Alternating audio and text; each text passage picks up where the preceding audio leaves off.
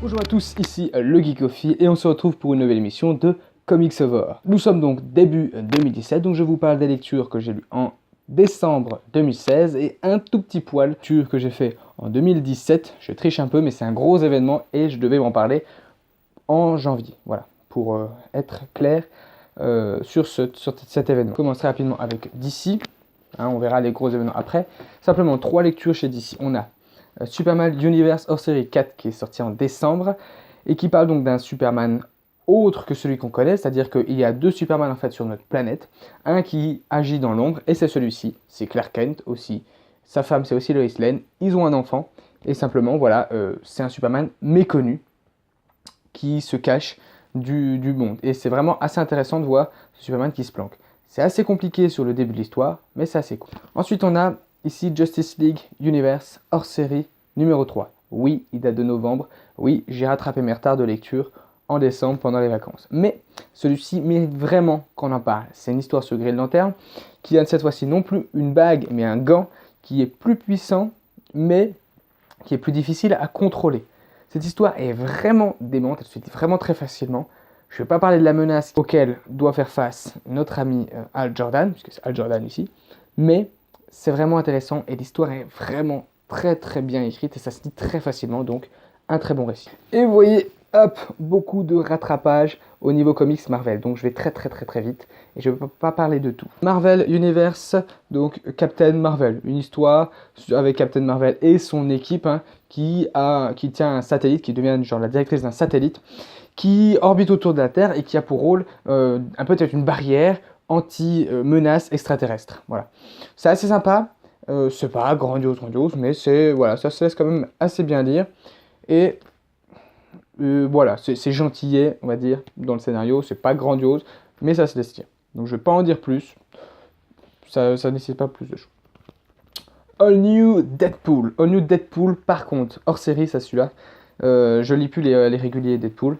Donc All New Deadpool, là on parle de Gwenpool. Et bien le personnage est excellent, c'est un nouveau personnage. C'est un personnage qui en fait pourrait très bien être moi ou un autre lecteur de comics. C'est-à-dire qu'en fait c'est donc une lectrice de comics, donc de notre monde, qui ratterrit dans l'univers Marvel. Et donc du coup elle connaît toutes les identités secrètes, tous les secrets qu'elle a lus dans ses comics. Et pour elle c'est insensé d'être dans ce comics. Donc elle n'a pas de pouvoir, simplement elle se déguise avec ce costume rose flashy et elle dézingue à tout bout de champ et c'est franchement monstrueux, c'est génial, c'est vraiment génial, ça se lit très bien. Donc si vous avez l'occasion de retrouver ce All New Deadpool, foncez, c'est une pépite et ça se lit entièrement. Il y a plusieurs petites histoires, il y a même une spéciale Noël qui sont vraiment cool, donc allez-y, foncez.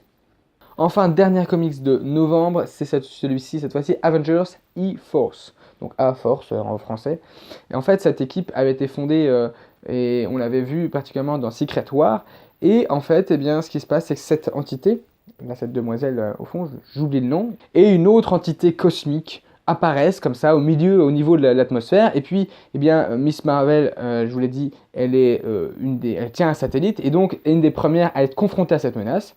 Et en fait, eh bien, ce qui se passe, c'est que cette E-Force qui existait dans Secret War, dans le multivers Secret War, enfin, de l'univers du Battle World de Secret War, eh bien, n'existe plus ici, et il n'y a que cette demoiselle, là, qui est au fond, qui a souvenir de cette équipe. C'est la seule entité qui se souvient de ça. Et elle va retrouver et réunir toute cette équipe en disant « Mais on est amis, on a fait équipe. » Et bah, évidemment, personne n'a croire, elle a un vocabulaire en plus très faible, puisque à la base, c'est une entité qui n'est pas vraiment humaine.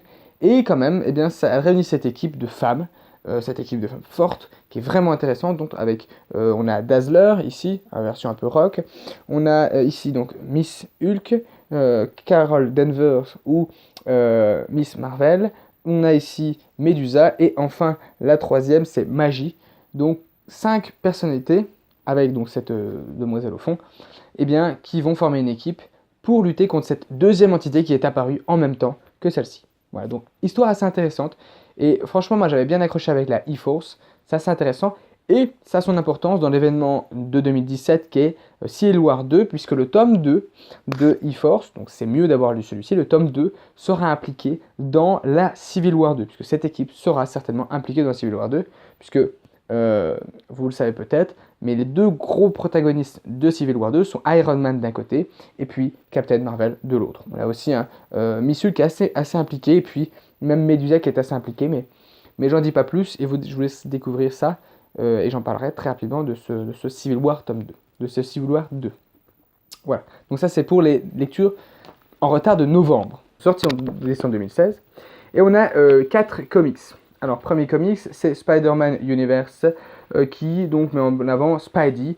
Et donc, du coup, c'est une revisitation, on va dire, c'est pas du tout français, mais des origines de Spider-Man, avec un nouveau Spider-Man qui, cette fois-ci, a un peu plus d'expérience. C'est pas sur le même univers que l'univers Terre 1, qui est la Terre principale aujourd'hui, avant qui était la Terre 616. Eh bien là c'est un autre univers.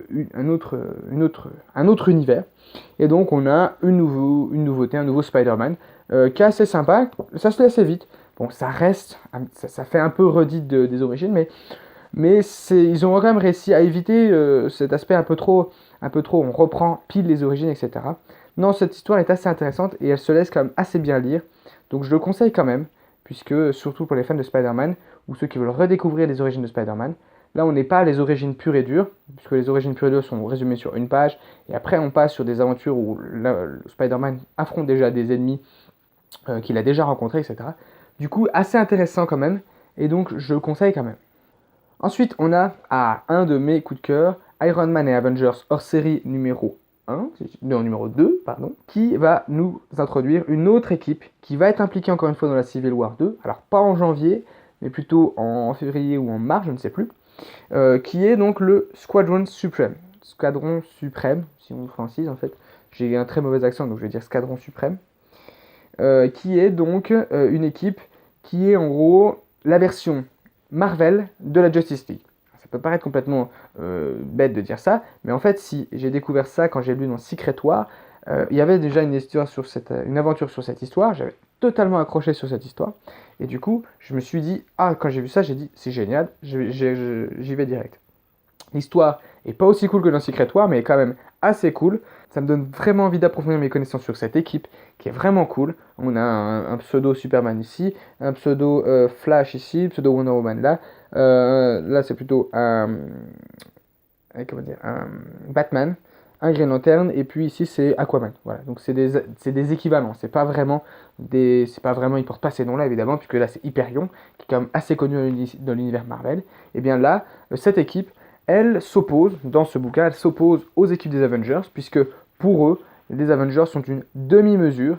Ils vont pas au bout des choses, et eux, ils se disent non mais nous, quand on a une menace, on l'extermine. On la laisse pas se promener. Les ennemis, ils meurent et c'est fini. Et eux, donc du coup, ils se disent, non mais les Avengers, avec leur oui non, on tue pas, etc., ils les trouvent un peu faiblards et du coup, ils décident de prendre les choses en main. Et c'est vraiment intéressant de voir cette histoire. C'est peut-être un petit peu longuet parce qu'il y a beaucoup de choses à mettre en place, du coup c'est un petit peu long des fois, mais franchement l'histoire reste vraiment cool et je vous dis, le numéro 2 de Squadron Suprême sera impliqué dans l'événement Civil War 2. Et enfin, Venom Space Knight, je l'avais acheté sans franchement d'attente et c'est vraiment génial, un petit bijou. Venom Space Knight qui est donc un des gardiens de la galaxie, qui n'est pas le plus connu puisque c'est un des récents, on va dire qu'il y a quelques années, pas beaucoup, il y a quelques 4-5 ans, je crois qu'il doit être dans les Gardiens de la Galaxie. Je ne veux pas dire de bêtises, vous vérifierez, je n'ai pas la date en tête depuis quand il est dans les Gardiens.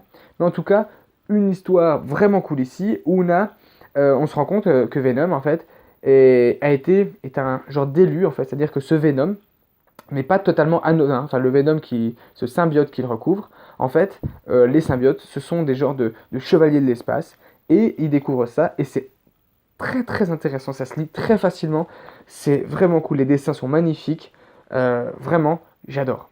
Je suis un grand fan de cette histoire, donc vraiment, c'est une histoire Spider-Man, enfin du moins Venom, à vous conseiller, là c'est celle-ci. Ça c'est vraiment un indispensable pour ce mois de décembre, c'est une des lectures. Même le Squadron Suprême que j'ai adoré ne lui arrive pas à la cheville. Ça, c'est vraiment une des histoires que j'ai kiffé de mon mois de décembre. Et donc voilà, je vous laisse découvrir ce Space Knight, ce chevalier de l'espace.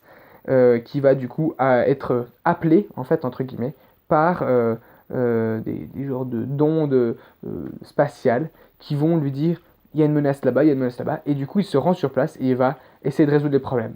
Alors évidemment avec les mêmes soucis, il craint le feu et il craint les sons très aigus, les ondes très puissantes, donc ce sera son point faible, et ses ennemis vont jouer là-dessus, et c'est vraiment, vraiment très intéressant. J'en parle beaucoup, mais franchement, ça vaut vraiment le coup d'être lu. Et enfin, pour terminer ce Comics Over, donc sur les kiosques de décembre, eh bien, je vais parler d'un comics qui est sorti en janvier 2017.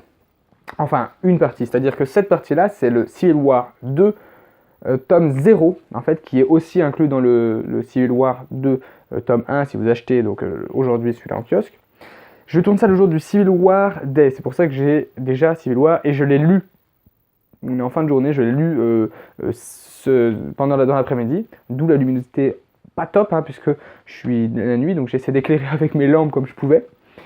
Bref, au Civil War 2 par Brian Michael Bendis, donc ça c'est le scénario, au scénario. Après au niveau de dessin, il y a plusieurs dessinateurs, très très bon dessin déjà, et puis c'est important d'en parler, puisque je ferai certainement une émission particulièrement là-dessus, mais pour l'instant, si je dois vous donner un avis, ça part très très bien. Ça part très très bien, et puis je parle en janvier, puisque là, en fait, grâce à ce petit tome 0, j'ai ce qu'on appelle la checklist des revues qui sont impliquées dans le Civil War D. Alors, on a ici donc toute la liste, je vous le mets comme ceci, je ne sais pas si vous verrez. Ouais, je laisse un petit peu de temps. En janvier, on avait donc plusieurs comics. On a donc le Civil War D, le Civil War 1 et Civil War D. Et puis on a le All New Iron Man et Avengers 8 que je n'ai pas encore lu, que j'ai sur ma table de chevet, mais que je n'ai pas encore. Je vais m'arrêter de blablater pour aujourd'hui. Enfin pour aujourd'hui, non, pour cette émission. Je vous dis à très vite. C'était le Geekophile. Ciao, ciao.